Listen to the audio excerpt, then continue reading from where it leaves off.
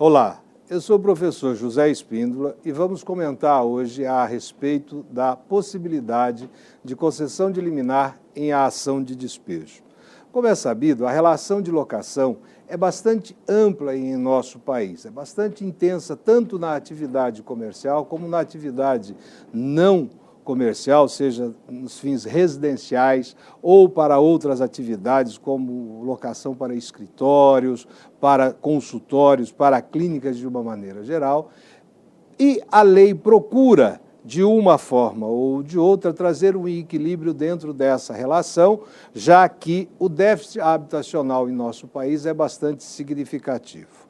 Até 91, nós tínhamos uma relação de locação bastante tumultuada, porque na lei anterior, que antecedia a Lei 8.245, ela tinha algumas situações distorcidas, privilegiando de forma desordenada ou desequilibrada em prol do inquilino, onde resultava numa falta de investimento por parte do locador nas edificações de novas moradias, de novos prédios para locação, e não contribuía para o fim ou para minimizar o problema do déficit habitacional em nosso país.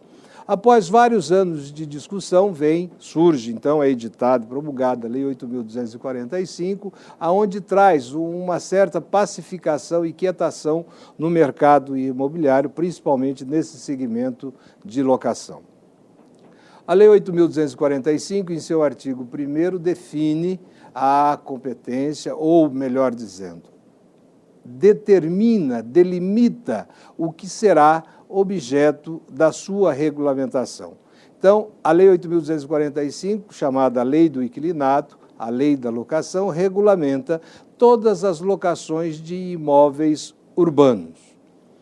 Neste sentido, eu estou diante de uma lei específica, de uma lei mais abrangente, onde tudo aquilo que estiver relacionado à locação de imóveis, eu vou ter a aplicação prioritária desta norma da Lei 8.245.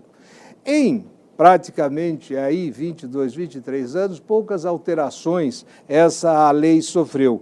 Ela veio no final de 2009, ela teve uma alteração com a Lei 12.101 e, posteriormente, em 2012, ela sofre a alteração da Lei 12.744, trazendo algumas disposições.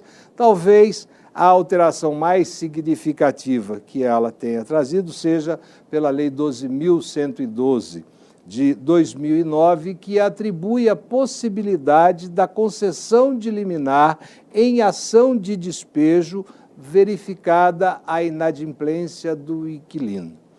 Essa busca de ter uma agilidade maior no resultado ou na resposta da prestação jurisdicional do Estado, aparelhando o Estado com um mecanismo ou com uma norma mais eficiente, era um clamor de todo o setor imobiliário, em razão que, diante da inadimplência e da morosidade do Poder Judiciário, arrastavam-se anos e anos para se ter uma deliberação ou ter uma definição a respeito desse pedido do locador, aumentando o prejuízo tanto do inquilino como dos seus garantidores e, especificamente, do locador. Nesse sentido, em final de dezembro de 2009, tivemos uma alteração onde foi possibilitado a inclusão ou a concessão da liminar em ação de despejo quando tratar de inadimplência. Dizer o seguinte, que a Lei 8.245, a Lei do Inquilinato, por ser uma lei específica, ela trata e traz também alguns assuntos específicos, inclusive de ordem processual. Nesse sentido, muito embora nós tenhamos, quando ou nós vivenciamos que existe efetivamente a cessão ou a cedência da posse do imóvel locado ao inquilino, isso não é tratado com o caráter possessório. É muito importante que nós tenhamos essa observação. Lá das ações de reintegração de posse, não é aplicado, ou as ações possessórias especificamente, não são aplicadas quando eu estou diante de uma relação de locação. Se eu estiver diante de uma relação de locação, a ação cabível para o locador reaver o imóvel dado em locação exclusivamente é a ação de despejo. Essa disposição está contida no artigo 5º da Lei 8.245, que diz: seja qual for o fundamento do término da locação, a ação do locador para reaver o imóvel é a de despejo. Nós vamos verificar que a própria legislação do inquilinato traz regras bem claras a respeito do procedimento e como deve ser, ou quais os requisitos essenciais para que seja concedida a liminar na ação de despejo. Antes de nós falarmos propriamente da liminar de despejo, da ação de despejo, nós precisamos fazer algumas considerações, no geral, a respeito da locação. Porque o que nós depreendemos, o que nós constatamos dentro desta norma é que, dependendo da finalidade com que o imóvel será destinado, dependendo do prazo inicial que o contrato é firmado, sofre algumas consequências. Um exemplo, se eu tiver um imóvel locado para fins residenciais e este contrato inicialmente for firmado por um período de 12 meses, esta locação, ocorrendo o seu termo final, ela prorrogará automaticamente por prazo indeterminado. Se eu tiver diante de uma locação que o imóvel foi destinado para fins comerciais, por exemplo, independentemente do prazo que ela for ajustado, ocorrendo o seu termo final, nos 30 dias imediatos, este imóvel pode ser requisitado pelo locador, se não tiver a entrega por parte do inquilino, através de uma ação de despejo, atendendo o que está disposto no artigo 5º.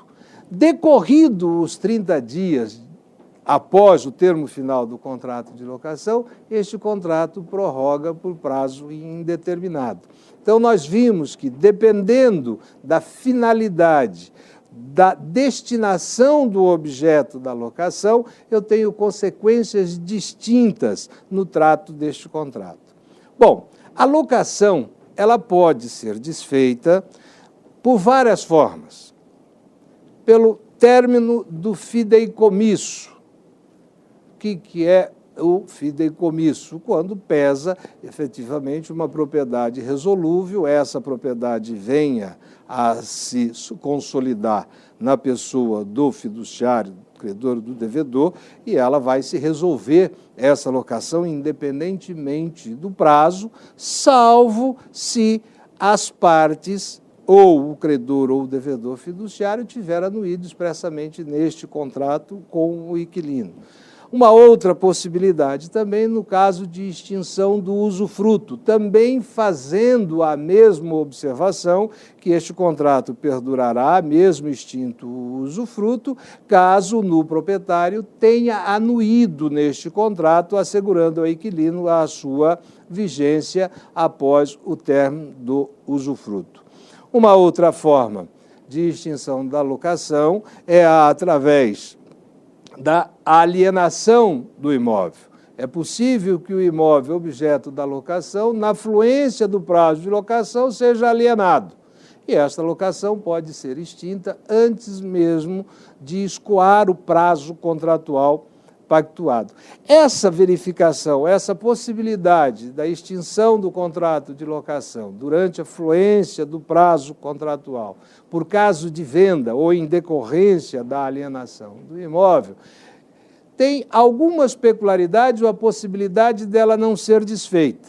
Esses requisitos são dois. Primeiro, que haja uma cláusula no contrato específica de que, caso o imóvel seja alienado na fluência do prazo contratual, aquele contrato ou o prazo que resta será respeitado.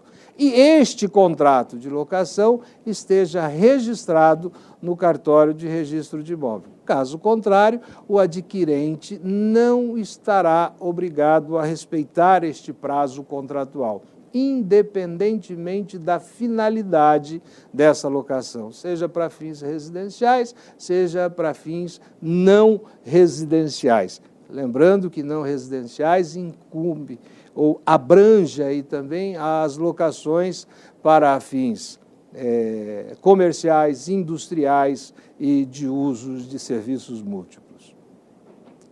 Ainda falando na possibilidade de término da locação, eu tenho o término da locação por mútuo acordo. Logicamente, trata-se de um direito disponível, as partes de comum acordo avançam em rescindir este contrato, ou em decorrência do término contratual, ou ainda, término contratual, escoar o prazo contratual, ou ainda para fins de reforma, ampliação, ou que o locador tenha que atender exigências impostas pelo poder público para fins de evitar perecimento ou qualquer dano ou qualquer incômodo à comodidade.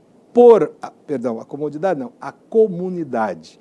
Também é possível, logicamente, o término, a extinção da locação, aqui bastante corriqueiro, infelizmente, a falta de pagamento de aluguéis e encargos. Este é um ponto importante para a nossa matéria de hoje, que é a questão da concessão da liminar, que nós veremos daqui a pouco. E a outra possibilidade é por inflação legal ou contratual. Logicamente que nós estamos falando das possibilidades de extinção da locação quando não houver acordo entre as partes, o que resta para o locador reaver o imóvel é através da ação de despejo. Muito bem. Feitas estas considerações e um exemplo que eu tomei agora há pouco, com relação à finalidade e o prazo contratual, eu gostaria de fazer um pequeno destaque aqui, que de uma forma equivocada, nós ouvimos no dia a dia, expressões como: o meu contrato de locação venceu, o meu contrato de locação foi renovado por prazo, o meu contrato de locação renovou automaticamente. Eu gostaria de destacar aqui o seguinte: os contratos de locação, eles não renovam automaticamente e nem vencem. O que acontece? Tem a possibilidade deles prorrogarem por prazo indeterminado.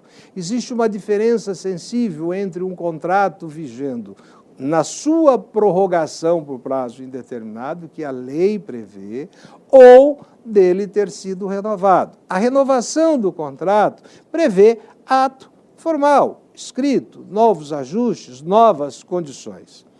Nesse sentido, se eu tiver um imóvel locado para fins residenciais, eu tenho alguns prazos de tempo de locação que eu preciso observar. O imóvel destinado para fins residenciais, se ele for inicialmente estipulado e firmado por um prazo de 30 meses, escoado esse prazo, ocorrido o seu termo final, o locador tem um prazo de 30 dias a contar do termo final, portanto, um prazo decadencial, para propor a ação de despejo com qual finalidade? Término contratual. Escoou o prazo. Esses 30 dias e a propositura dessa ação de despejo, de acordo com o artigo 5º, tem que ser proposta nesses 30 dias imediatos após o termo final do contrato, sob pena, e veja bem, independentemente de aviso, notificação, sob pena de não ser proposta neste prazo, decorridos os 30 dias, o contrato prorroga automaticamente por prazo indeterminado. Esta mesma situação se verificará quando eu estiver diante de um contrato de locação para fins não residenciais. Lembrando que os imóveis